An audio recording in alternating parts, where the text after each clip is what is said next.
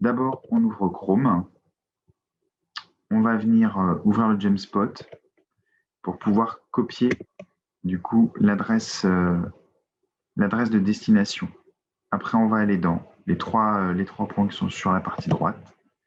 On va aller dans Paramètres, sur Au démarrage. On va faire Ouvrir une page, Ajouter une page. Donc là, on va venir coller l'adresse. Donc CTRL-C pour copier, CTRL-V pour coller. Ajouter. Et donc, elle apparaît ici. Ça veut dire que au démarrage, en ouvrant Chrome, hop, ça ouvre automatiquement Gemspot. On peut fermer du coup le navigateur.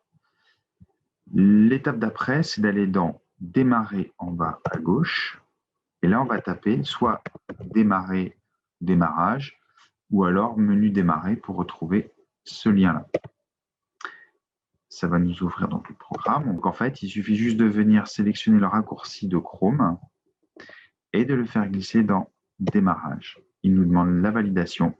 On fait Continuer. Et c'est fait. Donc au redémarrage de l'ordinateur, Chrome s'ouvrira par défaut sur la page de Gemspot. C'est pas plus compliqué que ça. Et donc si on veut faire pour les autres navigateurs, c'est toujours le même procédé. Donc je vais faire Edge, c'est peut-être celui qui sera le plus installé. On fait Paramètres à partir des 3 points en haut à droite, au démarrage, et on vient ajouter une nouvelle page.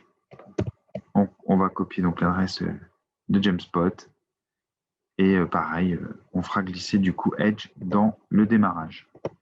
Et on fait pareil après avec Firefox aussi, qui est pas mal utilisé. Donc là, c'est pas 3 points, c'est 3 lignes.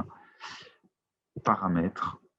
Et donc du coup, au démarrage, on sélectionne les pages et on vient injecter. Alors c'est dans Accueil. Hop.